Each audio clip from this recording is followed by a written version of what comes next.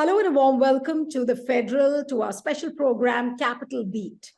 Rahul Gandhi's Cambridge visit continues to remain in the headlines, simply for the reasons that he said that Modi government is trying to destroy the democratic architecture of the country. So many people have spoken against Rahul Gandhi. They've said that this man has a habit of speaking against the government on the foreign soil. First, Ravi Shankar Prasad spoke against Rahul Gandhi. And in the latest salvo, Union Minister Kiren Rijiju has come out with a hard-hitting statement against Rahul Gandhi, saying that he is dangerous for the country because he's trying to provoke the people. He's trying to divide the people. And Kiren Rijiju has put out two videos along with a tweet. And I would like to read out the tweet, what Kiren Rijiju has actually said. He said that self-declared Congress prince has crossed all limits. This man has become dangerous for India's unity. Now is provoking people to divide India. The most popular Modi mantra is Ek Bharat, Shresht Bharat.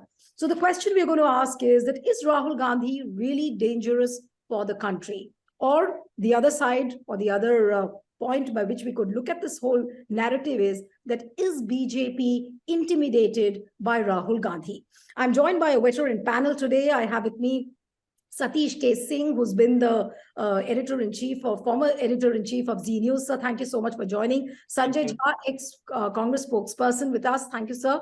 Sanjeev Pancholi, BJP spokesperson, joining us from Gujarat. Thank you so much. Priya Sehgal, veteran journalist, senior journalist, and my former colleague as well. Thank you, Priya. And TK Rajlakshmi is there. She's on the expressway, I'm told, so she'll try and connect with us through the audio, and somehow she's not able to connect her camera. Rajlakshmi, welcome to you also on the Federal. I'd like to begin with Sanjay Jha today. Sanjay Jha, this statement coming from Kiren Rijiju that Rahul Gandhi is dangerous for the unity of the country. Now, what does this tweet really indicate? Yes, sir. Nilu, let me be very honest. I don't take the minister of the BJP government very seriously. He's made some very outrageous comments on the basic structure of the Indian Constitution, and we all know what the Supreme Court judges think of him. So I really don't feel I want to dignify his outlandish and, in my opinion, ridiculous statement, which is basically a manifestation of the insecurity and apprehensions that the BJP suffers from. Rahul Gandhi has rattled the BJP. Ever since the Bharat Joro Yatra has become a significant success story, the BJP is getting sleepless nights. I think it's about time we called it out.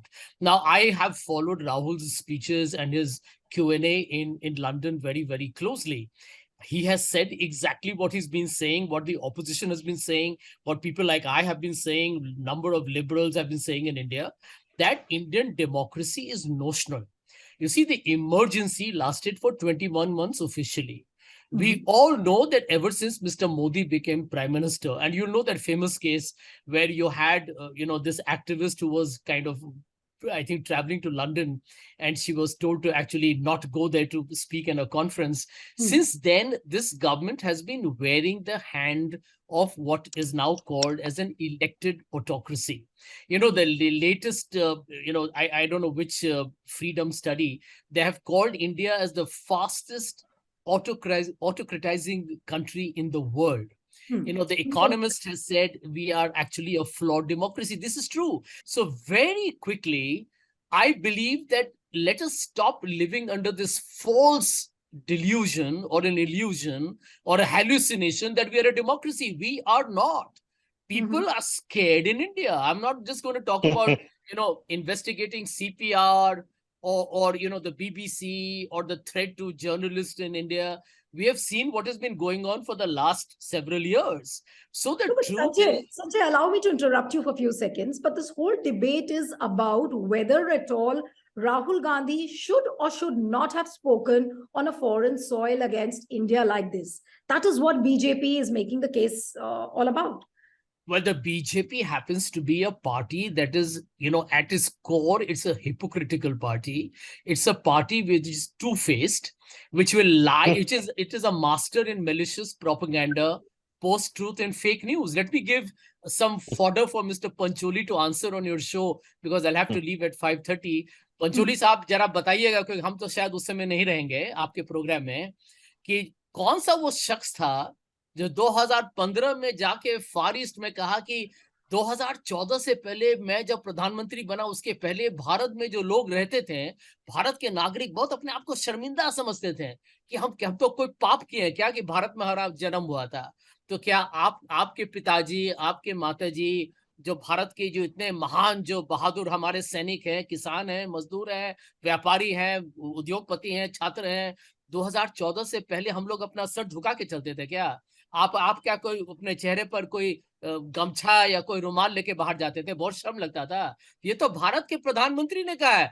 मैं तो समझता हूँ कि सबसे बड़ा अपमान जो देश में, जो भारत का जो सबसे बड़ा अपमान हुआ है, वो तो मोदी जी ने खुद कहा है। अब आप लोग इतना पाखंडी और बनावटी राजनीति मत कीजिए। राहुल गांधी ने वही कहा है जो भारत जोड़ो यात्रा में कहे हैं। और एक बात आप लोग समझिए, ये सोशल मीडिया का जमाना है गुरुजी। इसको लोग ग्लोबल विलेज कहते हैं। आज ये प्रोग्राम जब खत्म होने के बाद जब यूट्यूब में जाएगा, तो मेरे भाई साहब न्यूयॉर्क में, मेरी एक कजन लंदन में और मेरा कोई दोस्त टोक्यो में एक ही साथ देखेंगे ये प्रोग्राम। तो राहुल गांधी कैसे भारत जोड़ो यात्रा में कहे कि यहाँ तानाशाही है, और लंदन गए तो लंदन में जाके कहे कि नहीं नहीं नहीं, ये तो हमारा प्रजातंत्र इतना रफ्तार में दौड़ रहा है कि यहाँ पर किसी को डर ही नहीं है। प्रिया सहगल तो जो चाहे कह दी, उनको कोई एफआईआर और डेफेमेशन केस होगा ही नहीं। सतीश जी यदि कहेंगे कि मोदी जी एकदम भ्रष्ट सरकार चला है अदानी जी के साथ, तो उन पर कोई तिरस्कार करेगा ही नहीं। नीलू का कोई सोशल मीडिया ट्रोलिंग करेगा ही नहीं। अरे भैया, आप लोग जरा लंबी बाबा रामदेव का सांस लीजिए, थोड़ा मेडिटेट कीजिए और राहुल गांधी के साथ इत्तेफाक रखिए। No, let me get in a response. Let me get in a response from Mr. Kohli before you leave, and then I'll come to Satish ji and Priya also. Sanjeev ji, the whole point is that when Prime Minister goes on international forums, whether it is Madison Square or whether it is any other forum, he has never shied from criticizing Nehru. He's spoken against Indira Gandhi, but Rahul Gandhi, if he speaks in his capacity as an MP, why is BJP so rattled? I don't understand. And what point Sanjay was making, that it's yes now. How can you differentiate between what is he's saying in India? Exactly. Yes, sir.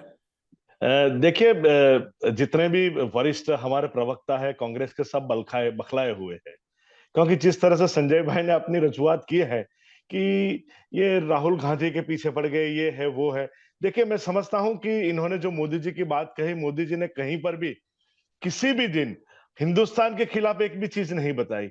उन्होंने अपने देश प्रेम की बात करी है हर जगह पर, उन्होंने डाइवर्सिटी की बात करी है, हर समाज को साथ में लिए चलने की बात मोदी जी ने की है। तो ये जो अभी बात राहुल जी जो कर रहे हैं, वो अपने देश के खिलाफ कर रहे हैं। अगर मोदी जी ने कभी कोई बात की है तो कभी कोई पॉलिटिशियंस के बारे में कही है। somewhere it is a Nehru or somewhere it is the Indira, the policy of Misa, the act of Misa, and what was the people were hurted in Misa. You see, that has been delivered by Modi ji overseas, not about the India or not about the unity of the India. Modi ji is always thinking about the Vaibhav of the Mahabharati and about the Antyodaya तक हमें पहुंचना है। जो अंत वाला बंदा है उसे किस तरह से इस समाज में ऊपर लाया जाए। फिर भी हमारे कहीं कांग्रेस के प्रवक्ताओं को मैं दाद देता हूं कि due to the leadership of the Modi ji, we had seen the result of this Purvanchal before a time, before a decade. No, but Sanjeev ji, the whole message which the BJP ministers are trying to give is that they are intimidated by what Rahul Gandhi is saying on international platforms. Does it not mean that whether it is Ravi Shankar Prasad or whether exactly while you are speaking on the overseas land, you must speak good things about the India. You may speak something, I can say you may speak something about Modi ji or anybody leader of the BJP. But I did hear Rahul Gandhi never say anything about the India. Sanjeev ji, I never heard Rahul Gandhi criticizing India on the hunger index. I never heard Rahul Gandhi speaking about the poverty. He just said that the current government is trying to destroy the democratic architecture of the country. And that was his interaction with the students, with the journalists. We all do understand, because in the way and the manner, the Congress is getting and losing the seats day by day, losing their states day by day. It is the frustration of Congress. That's why they are speaking like that.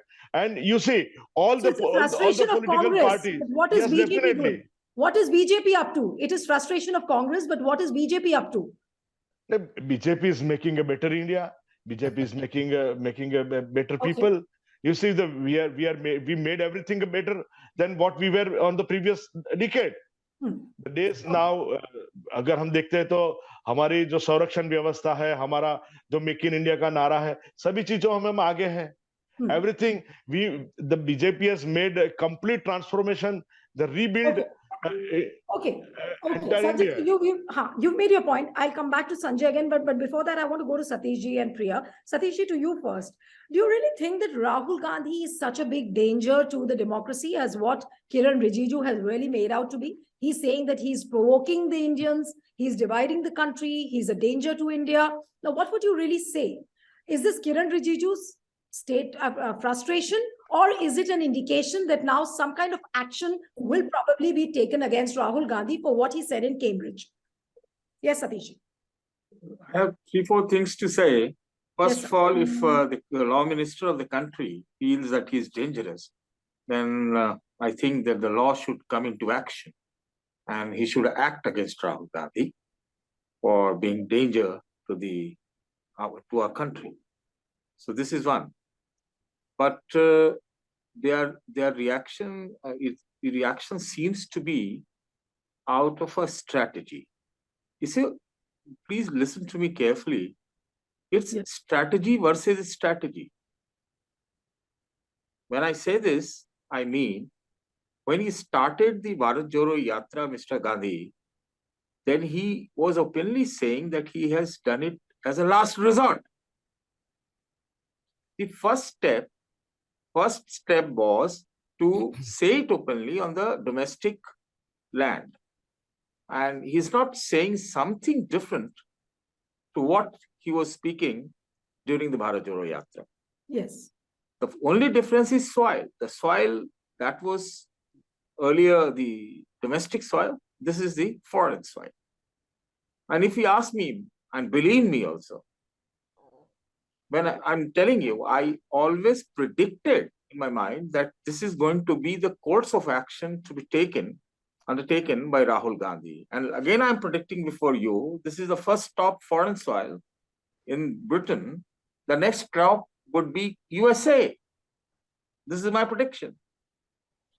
So strategy versus strategy. This is Congress's strategy, that they will go international. Yeah, I'm just sticking to that. Because when he was openly challenging the media, the establishment, the democratic capture of the institution in the country, the trampling of the democracy, he did it as a first resort, as a strategy, right. Because he was not getting media space, nothing like that. He's also critical of the fact that the political parties or the political leaders from the opposition camps are being targeted. And they're not being allowed to function in many ways. They're being crippled. So this was the course. So what I understand from Rijiju, that he is realizing the fact that the Rahul Gandhi is trying to resonate the kind of situation that he perceives in his scheme of things as his strategy to arouse the foreign people. Okay. So the only strategy should be to dub him as anti-national and shout him down. Okay. So this is strategy versus strategy. It's nothing more than that. If you think that he has done it like an anti-national or something like that, then he should be, come under the ambit of the law. That I don't think he will do.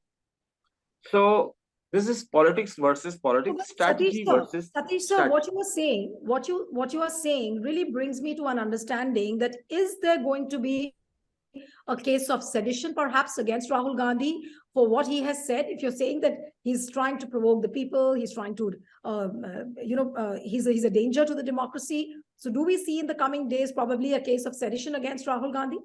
No, you're not using the right phrase. Danger to democracy. It's not like that. what Rijiju means is like danger to the country. Understand, please? One. Secondly, I don't know. I can't predict for Rijiju, but if he want to develop as a follow-up to what he's saying, then the natural course can be this. And for example, and for surety, you believe me, that Rahul Gandhi has realized, and I could see that the oomph, I would use the word oomph, in Congress's campaign for any election lacks fire. In Northeast, whether they fought the assembly election or not, I can't say clearly, because they have lost all hope, because they think they are going to lose this way or the other. So that is why he has taken the fight for democracy to a foreign soil. You understand? Right. Yeah, that is what, from where he will try to further increase the tempo, increase the width, increase the footprints, as I can see. Right. So you see, even during we have seen in history that it happened earlier also. So I foresee this kind of thing, because he wants to make it as a fight for restoration of democracy in India. You see, and maybe the Bharatiya Janata Party realizes that he's going out of law or something. Then this is the only way to counter him, to stop him, to calm him down, that please be in your limits. So this is the way I see the whole fight, Okay. Let me come to Priya. What Satish sir was just mentioning, that probably this is a strategy versus strategy of BJP versus Congress. And Rahul Gandhi perhaps has made up his mind that from England now, perhaps he's planned more international tours and talk about the democratic ideals of the country, how they are being destroyed. Now, will that bring victory to the Congress? And also another question to you, Priya. You've been covering politics for quite a number of years. We've seen the kind of nationalism which Congress has also whipped up as far as, the fight for independence is concerned. So when Rahul Gandhi speaks like this on the foreign soil, does that really punch a hole in Congress's nationalism narrative also? At least BJP tries to project it like that. No, yes, the BJP, of course, is trying to project it like that. But I totally agree with what Sanjay said. We're living in a borderless world. A conversation here is accessible to any part of the world. So what he says in India, what he says outside India, I don't think that should be such a big, huge issue. He's repeated exactly what he said in India. He's gone outside and said it. It's also showing consistency of narrative. And the fact is that at the end of the day, it's not, nationalism. It's also the role of an opposition. You cannot, for instance, whether it's a Rafale deal or whether it is the Adani case, whatever it is, these are issues the opposition has to bring up without being shown as anti-national. Yes, the courts can strike it down. The courts also struck down 2G, 3G, whatever it was. But the opposition at that time did raise it. Rahul Gandhi now in the opposition has full rights to raise this without seeming anti-nationalism. I mean, nationalism is not the prerogative of just the BJP. The Congress has equal rights to it. You and I have equal rights to it. We can all raise our voices and ask questions and get our answers from the court or the government, whoever wants to answer it. But these are concerns. If we feel there is a concern, then we should raise it without feeling scared that there will be a sedition charge or somebody who will catch us just when we are about to catch a flight and you'll be served a ED notice. All these things. I mean, this is not the India that one wants to live in, and this is also not just what the BJP is doing. What is happening in West Bengal? Mamata Banerjee has slapped a case on someone who was speaking against her. Sharad Pawar does it in Maharashtra. So end of the day, this is definitely not the India our forefathers dreamt of when we got free. So this is a gradual decline of freedom of expression. The diatribe, the conversation has become so abusive. I remember the days when there was, give and take in Parliament, but it was, it was a debating give and take. And outside Parliament, people met, there was conversation, there was even dinner parties. Now you don't see anybody socializing. They don't even say, how are you? There are just lines are drawn very starkly. The atmosphere has become very vitiated. and you can blame the government, you can blame the opposition, because both sides have ratcheted up the whole dialogue. So I would say we're living in very, very difficult times. Rahul Gandhi, my problem is not that he said what he said, but my problem is that Rahul Gandhi, the way he speaks, he still needs to be a little more coherent and a little more concise in his communication. He did that whole Bharat Jodo Yatra. It would have been really interesting to see the takeaways. What Rahul Gandhi was saying in April before he went for the Yatra is exactly what he's saying now. Pegasus, Rafale, democracy. He could have raised so many more issues that he picked up on the road with the people, anecdotes, narrated them, given us a flavor of what is India. Learning to listen was the topic that he had gone to attend. He had listened. He had said, I am a politician who listens. मैं मन की बात करता नहीं हूँ, सुनता हूँ. तो वो जो उनका निचोड़ था, whatever he heard from there is something that we should actually see. I would have actually liked to hear him say that at the AICC session in Raipur. That's when he thinks he's a margdarshak and an ideologue. That's the role at least we in the media feel that he's carving out for himself. If that is the case, then this is the time for Rahul Gandhi to use those points and come up and give a margdarshak from the people. All that the people have told them, he should become the people's voice and narrated, whether in India, in Cambridge, or wherever he goes, he should become that voice of the people. That's the role one would like to see Rahul, and perhaps that could be the road back for the Congress. Use that narratives, bring it in the party manifesto, make that your talking points, make that what you stand for, and become the voice of the people. The whole idea we say is that politicians have lost connect with the people. This was Rahul Gandhi's time. So to answer the question in short, no, he's not anti-national, but I would wish he would be more national. Yeah. No, but my question to you, Priya, is that how does one read it? Is Congress caught on the wrong foot when Rahul Gandhi speaks in this tone on a foreign soil? Or do we say that, Congress is not very clear about Rahul Gandhi as to what exactly his role will be? He's there in the party as probably a mentor or somebody, around whom the party revolves. But then the clear role of Rahul Gandhi is still not etched out. So how does one read it? And probably that is the reason that why Congress spokespersons have not been very vocal about the Cambridge Rahul. Well, we saw Sanjay Jha certainly not caught on the wrong foot, but but in terms of Rahul's role, yes, I think even there Sanjay would have a problem. He's this philosopher politician. Does he still think power is poison? Then what is he doing the Bharat Jodo for? If he's doing it for a philosophy and an NGO outlook, then form an NGO and give that space to the Congress and let other leaders come up. Rahul Gandhi is still in a flux. That is the whole problem. One thought post Bharat Jodo, he would have come into his own and given a more coherent direction to the party. That has not happened. So that confusion, yes, I agree with you, is there. But in terms of Congress being caught on the back foot that he said something in Cambridge that he said in India, I don't think so. That's walking into the BJP's trap. And in fact, when you ban something, you get more airtime. So Rahul is actually getting more airtime, which he would not have if they hadn't, reacted. The whole cabinet had not reacted the way it has. I'll take one comment from Sanjay because I know he's in a hurry to leave. So I'll take one comment from Sanjay and then go to Rajlakshmi. She's also waiting. Yes, Sanjay. So what would you really say about the way Congress is now conducting itself post Bharat Jodo Yatra? I mean, Rahul's saying things which are incoherent. He sounds a little more idealistic, or rather he is very idealistic for the politics of the country. And can he be really successful in taking forward the reins of the party?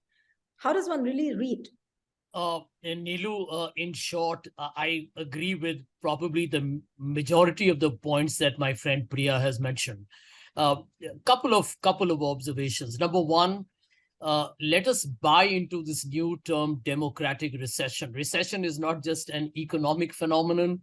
It is also now a societal challenge. So we are facing a democratic recession. Now, let us not fool ourselves that we have elections. Elections is just one, shall we say, exhibition of democracy. It is not the entire story.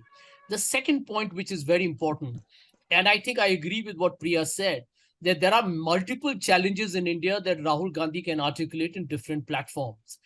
The point that we need to, however, understand is when you are traveling abroad, and I have been in quite a few of them in different roles on my own, you have to respond to what the people feel are the questions being asked. Now, Pincholi ji has to understand कि राहुल जी ने उन प्रश्नों का जवाब दिया जो लोग वहां पर उनको पूछते हैं. आप राहुल गांधी पर निशाना लगा रहे हैं, लेकिन उनका मुंह किसका मुंह बंद कीजिएगा, क्योंकि दुनिया भर में चर्चा हो रहा है कि भाजपा ने यहाँ इतना तानाशाही हो गए हैं आप लोग कि आप लोग भारत के प्रजातंत्र का गला घोट दिए हैं, कि भारत में लोकतंत्र मर चुका है।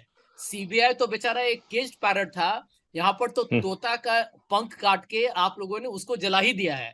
So that is the reality that the world is talking. Now, there is one point in politics that I believe in, and that's something that I would love to hear Priya's views on.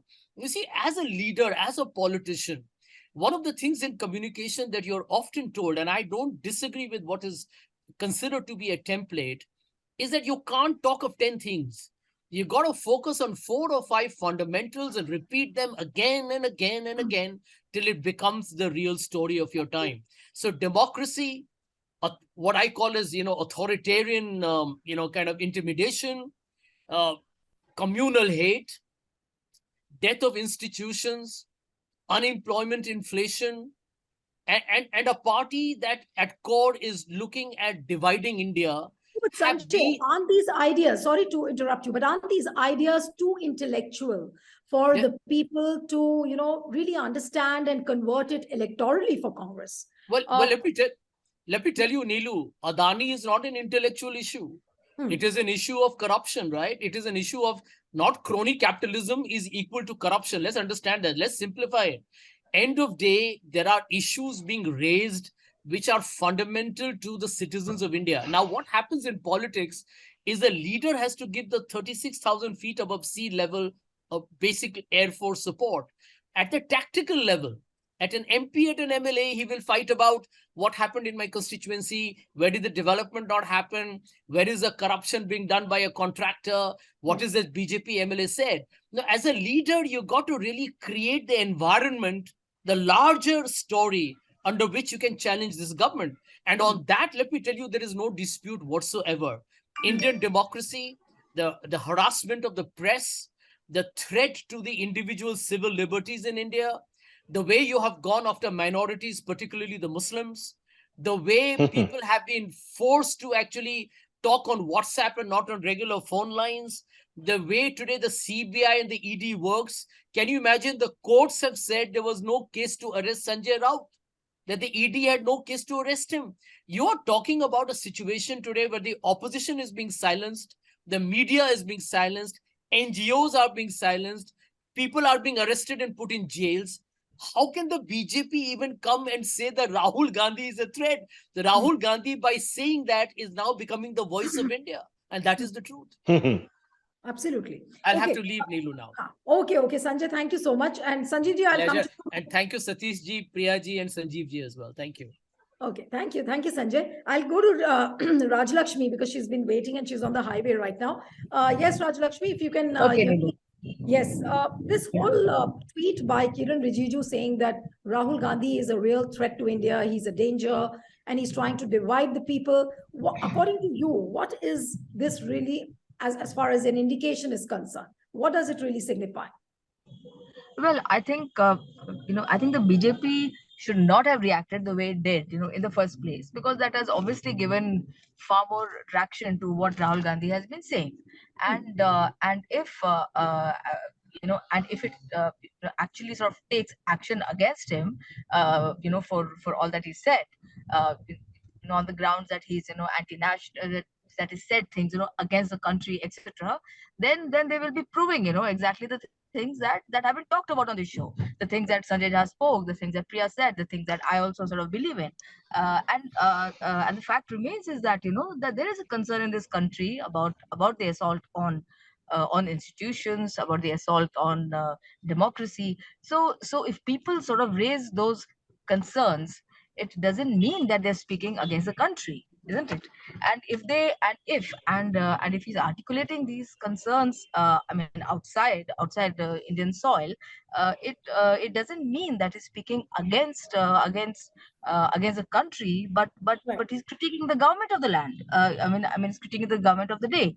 So this whole this entire equation, Neelu, this in fact has been problematic from the point of view of the BJP right from the start. Because anybody sort of critiquing the government, whether it be the media or whether it be the opposition or whether it be any NGO, etc., or any research institution, are sort of are sort of labeled as anti-national.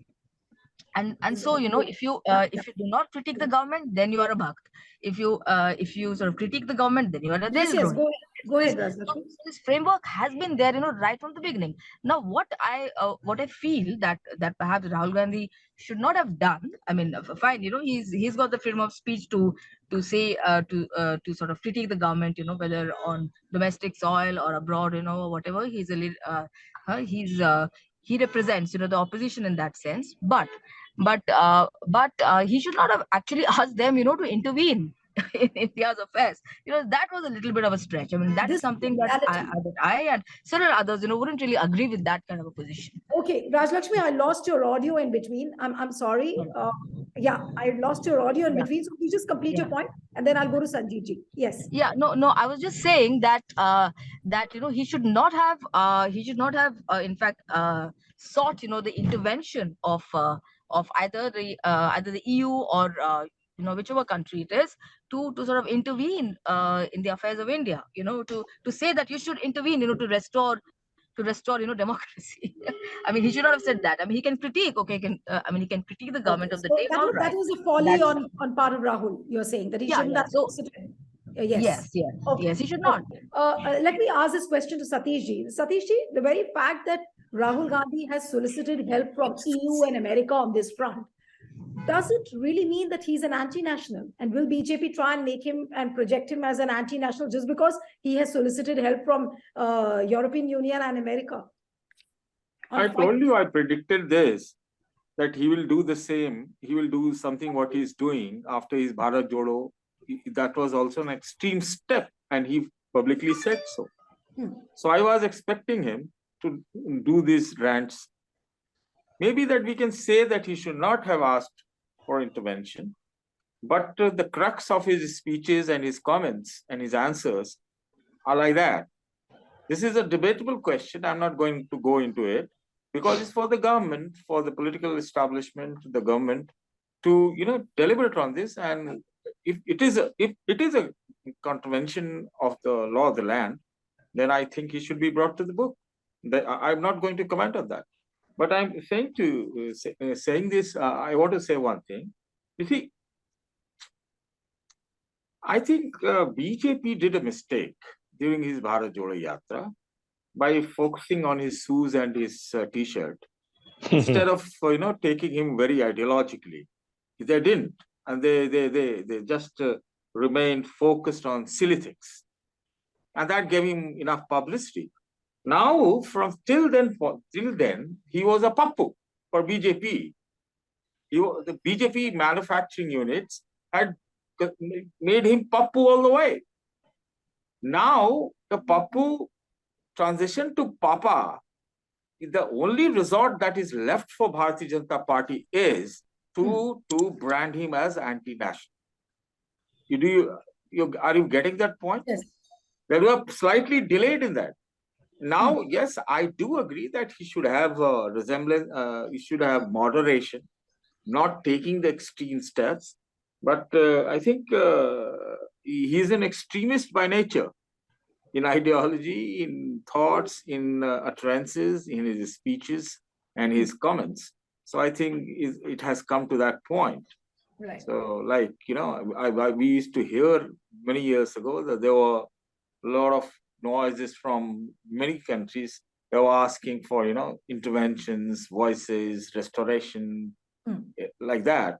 But I think India is still large democracy. I won't say maybe that it is reduced, but still the time has not come that we need an intervention. Okay. So from what you're saying, I'm going to come to you, Sanjeev ji. Through the Bharat Jodo Yatra, we do not know about the political consolidation of Congress or Rahul Gandhi. But yes, there has been a powerful ideological consolidation as far as Congress is concerned. And now it seems that BJP doesn't have a counter to this ideological consolidation, because wherever Rahul Gandhi is going, whichever forums he's going, he's probably talking about this one narrative. And that is exactly what the ideological consolidation I'm talking about, that India's democratic structure has been pulverized, it has been destroyed.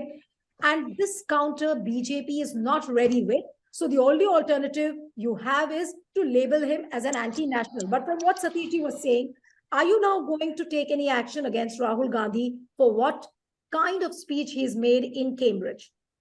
If it is in the contravention of the law. Yes, Sanjeev. See, Niluji, that question asked by you will say in a certain time. I cannot say much more about it.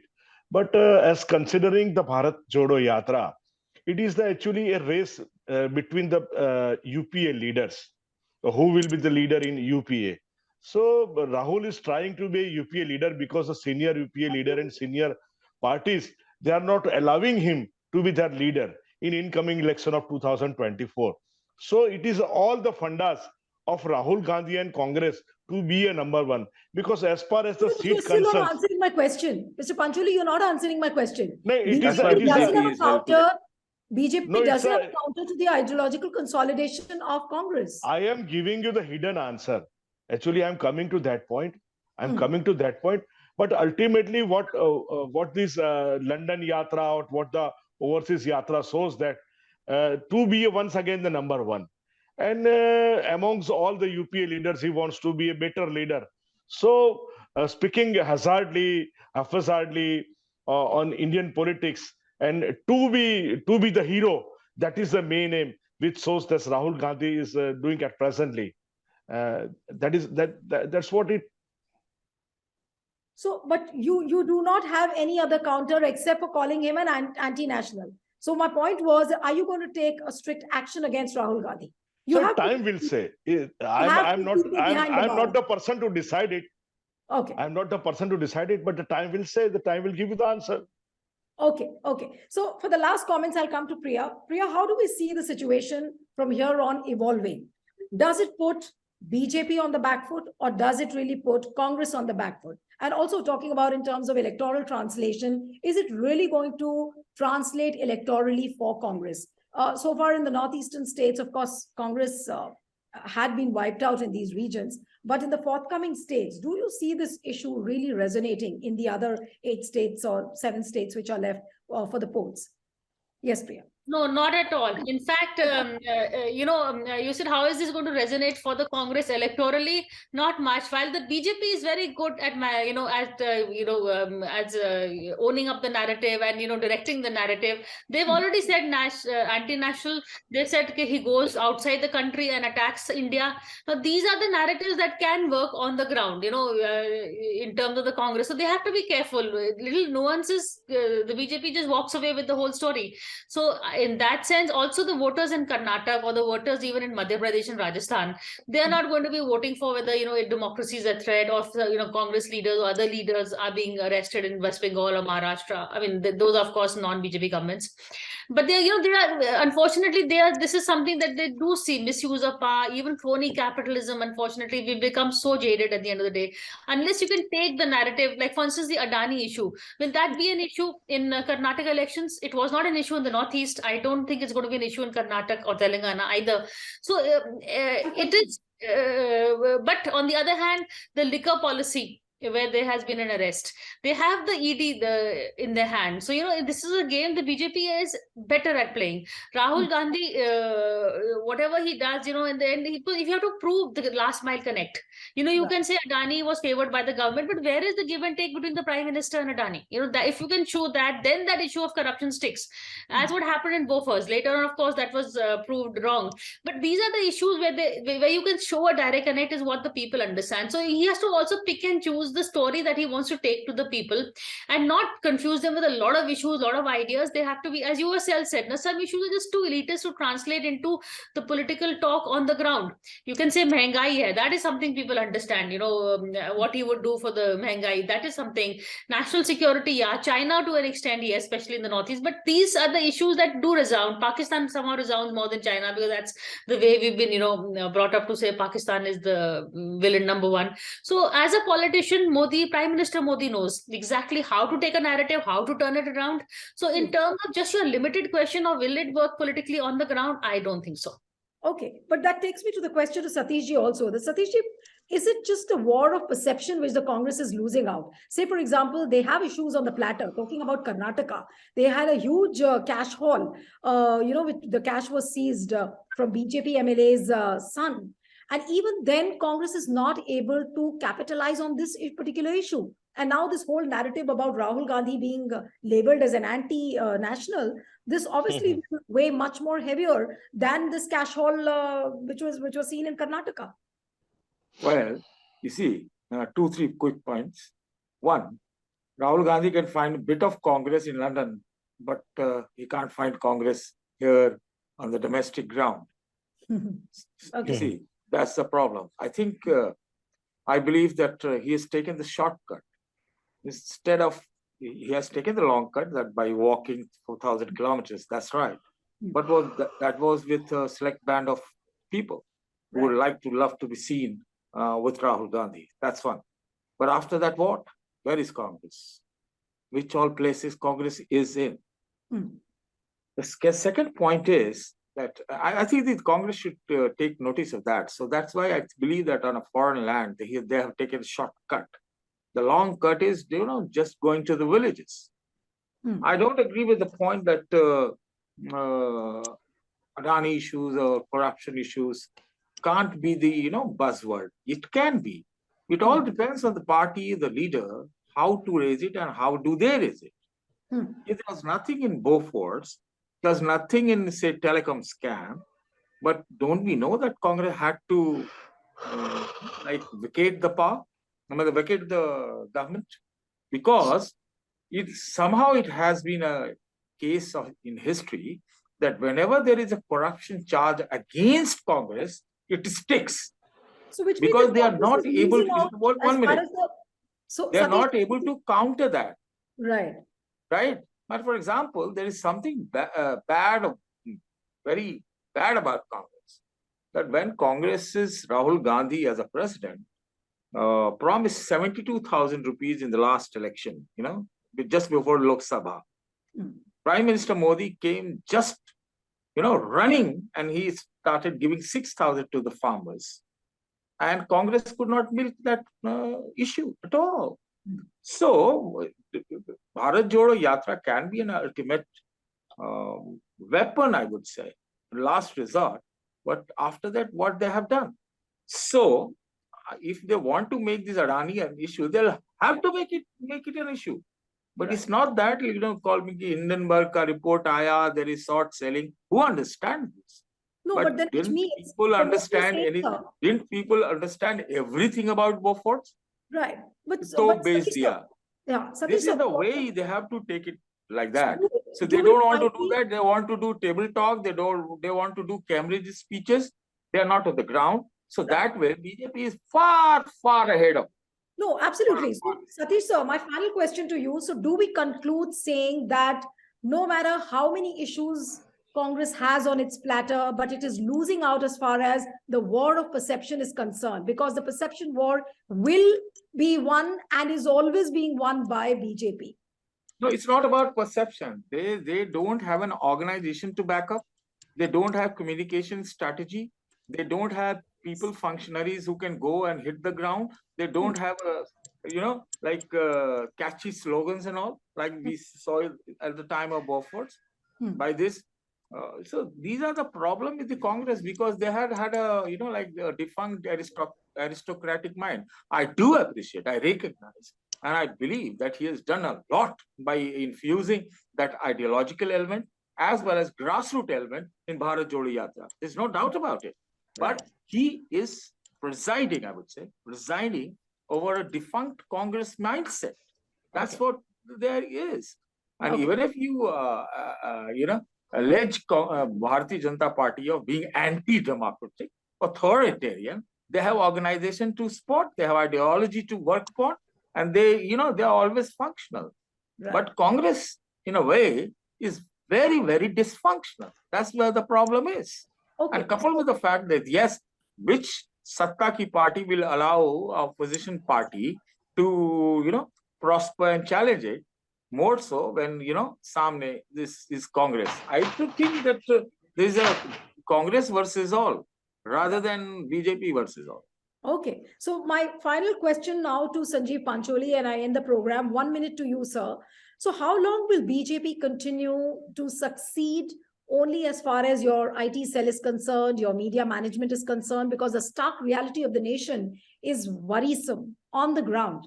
And it is a fact that the democratic fabric of the country is being destroyed. Minorities are scared. They are living in fear. What all Rahul Gandhi has said, and he's been saying it for quite some time now. For many, many years, we've been hearing the same rant from Rahul Gandhi. But BJP doesn't seem to learn its lessons. But yes, now the BJP is rattled because he started speaking about these issues on international forums. What happens when Rahul Gandhi travels from one country to the other with the same agenda? Is it really going to come down heavily on BJP? Yes, 1 minute to you, sir. Niluji, as concerned to the Muslim community, they are much more happier now in the BJP government. You see, in the many Muslims have come ahead and they gave a statement about how the Modi is working and how they are happy in the BJP leadership. So there is no question about any Muslim community. Previously, there was a Tushtikarana Niti of the Congress, and in the BJP government, all are very happy. Even we made in triple talaq laws, and all the ladies are also very happy. And in entire system, BJP is not working only for their IT cells or for their media. BJP is working for 360-day development, whether it is a bridge, whether it is a road, whether it is Jan Aushadhi, whether it is the Ayushman Bharat, whether it is the housings for the poor people. So the entire people and the entire nation, that's why endorsing the BJP, and more country, we are getting more and more seats. And as it's everywhere, we are finding the result. Why? Because sabka saath, sabka vikas, or sabka prayas. And the Make in India has made India a tremendously ahead in entire this world these days, I can say. Yes, I have to interrupt you here, but you may be counting on all these economic and social securities. But BJP, I think, will continue to be questioned on the psychological insecurity which the party is unleashing on minorities, on Dalits, on tribals, and that exactly is the point which Rahul Gandhi is raising. I fear that, I really don't have time now. I'll have to end the show, but we'll keep coming back to you, Mr. Pancholi. It's always a pleasure having you on the program. Priya Sehgal, sir, it was wonderful to have you on the program.